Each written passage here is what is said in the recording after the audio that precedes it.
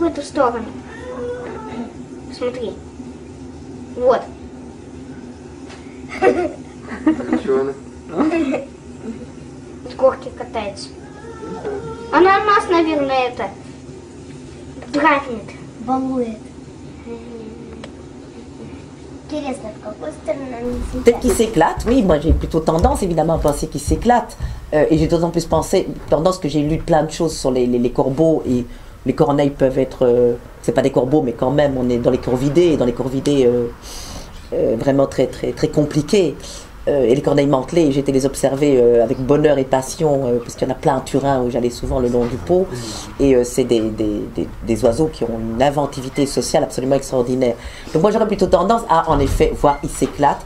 Et j'ai lu Bernd Dänrich, qui est le grand spécialiste contemporain du corbeau, qui raconte en effet que les corbeaux font des glissades sur les toits et sont en plus des spécialistes de l'esbrouf. Les corbeaux, ils ne pensent qu'à ça, c'est à manifester leur bravoure. Et Bernd Dänrich raconte des choses comme les corbeaux, par exemple, vous pouvez voir des corbeaux qui font des choses stupides comme foncer vers le sol et puis faire un piqué à la dernière minute, et c'est vraiment celui qui tient le plus longtemps. Et Bernd Dänrich, alors c'est intéressant, c'est un scientifique qui a travaillé pendant longtemps sur...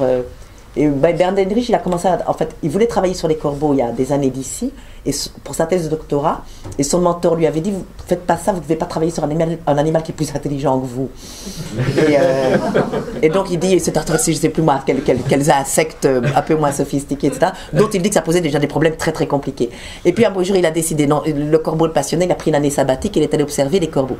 Et ça, c'est très, très intéressant, ça se passe, je pense, en 80... Enfin, bon, mettons, dans les années 90. Et je lis son livre qui s'appelle Raven in Winter. Et il écrit qu'il reçoit plein de lettres de gens amateurs de corbeaux, etc., qui racontent que le corbeau est capable, par exemple, de jeter des pierres sur les gens qui s'approchent trop près de son nid, etc. Et lui dit, tous ces gens ont lu au Konrad Lorenz, et son anthropomorphisme, c'est rien que des anecdotes, c'est pas vrai du tout, ça n'a aucune rigueur scientifique. Si un corbeau lance par exemple des pierres, c'est simplement, on peut aussi bien adopter l'interprétation que c'est une crise caractérielle d'un animal qui a un mauvais caractère, que c'est pas du tout une intention de faire fi. Et 10 ans après, il écrit un autre livre qui s'appelle Mind of the Raven, et il écrit dans l'introduction de son livre, sans faire allusion du tout à ce qu'il avait écrit les 10 ans auparavant, dans la plupart des cas des animaux, quand vous entendez des anecdotes extraordinaires, vous pouvez vous dire que 90% sont le fait d'amateurs un peu fantasques, etc. Dans le cas des corbeaux, inverser la proportion. Et donc, en 10 ans, il s'est passé quelque chose. Et moi, ça m'avait intéressé. Je m'étais dit, mais qu'est-ce qui s'est passé sur ces 10 ans? Ben, en 10 ans, il a appris. Il a appris les corbeaux, et surtout, je pense que c'est très important, il a élevé des corbeaux en captivité, dans des conditions de captivité évidemment assez extraordinaires, et il est allé visiter des propriétaires de corbeaux, apprivoisés. Et donc il a mené toute une enquête de toutes les formes possibles d'être corbeau, apprivoisés, en cage, corbeaux d'expérimentation, parce qu'ils font des expériences cognitives avec les corbeaux, etc. Et je pense à ce moment-là qu'il s'est laissé complètement enrôler par ces corbeaux et enrôler par les capacités extraordinaires de ces corbeaux. Donc moi, ayant lu Bernd Dänrich, vous pensez bien que quand je vois ça, ben, je pense, bon, ben, c'est un corbeau qui s'amuse, etc. Alors qu'est-ce que Digard vient faire? Il vient nous proposer un espèce de refus d'éthologie cognitive, et un refus fondé sur, en effet, ce qu'il appelle le tournant obscurantiste, qu'on peut comprendre. C'est vrai qu'on revient avec des histoires de plus en plus fantasques, etc., mais bon, elles font sens. Mais ce qui m'intéresse, moi, c'est de me dire, si j'avais lu Digard avant d'avoir lu Bernd Dänrich, et que j'avais regardé cette vidéo, qu'est-ce que j'aurais pensé de cette histoire? Est-ce que je n'aurais pas été pleinement convaincue par cette hypothèse, et est-ce que j'aurais été capable d'en changer après? C'est ça qui m'intéresse, moi. C'est quelle est l'histoire qui fait obstacle à l'autre, voilà. Et comment elle fait obstacle? Parce que c'est ça qui est intéressant. À partir du moment où on a plusieurs interprétations, est-ce qu'il y en a une qui automatiquement compromet la possibilité d'ouvrir l'autre?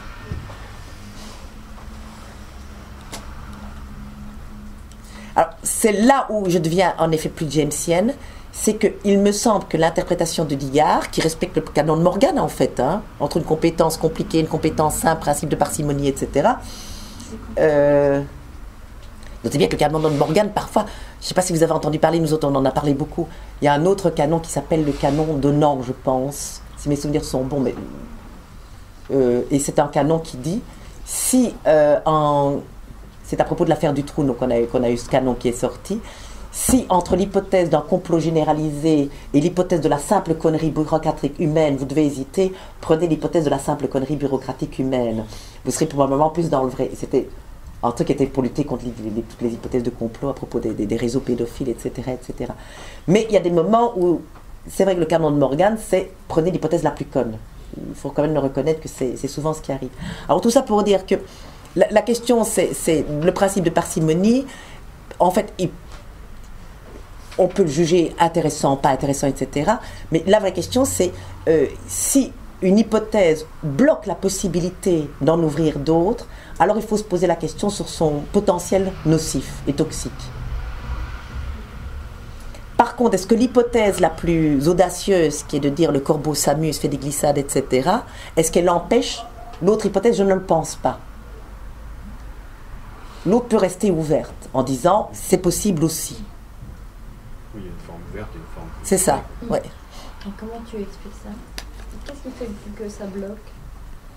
Qu'est-ce qui fait la toxicité? Je n'en sais rien. C'est hein. difficile à savoir, ça. Est-ce que c'est un argument d'autorité plus?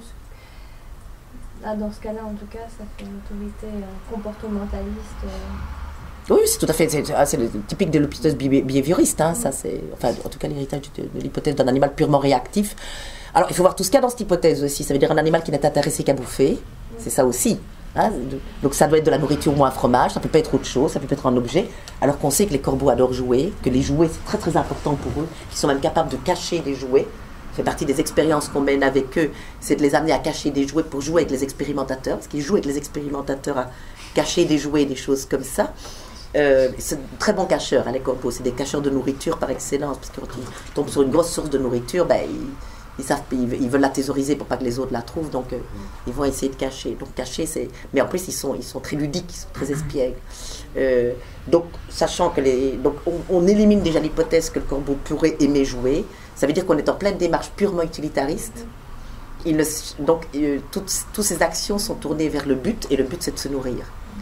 Et donc ça veut dire qu'on a totalement rétréci. On n'a pas rétréci qu'une voie en fait en faisant ça. C'est peut-être ça sa force de persuasion et sa force toxique, c'est qu'on ne ferme pas qu'une voie avec cette hypothèse-là. On enferme, en fait, on met des clips sur plein de voies possibles. C'est un peu comme si on mettait des clips sur des hémorragies. Enfin, je veux dire, dans le vécu des chercheurs qui adoptent ce genre d'hypothèses, c'est vraiment des clips sur des hémorragies possibles, en quelque sorte.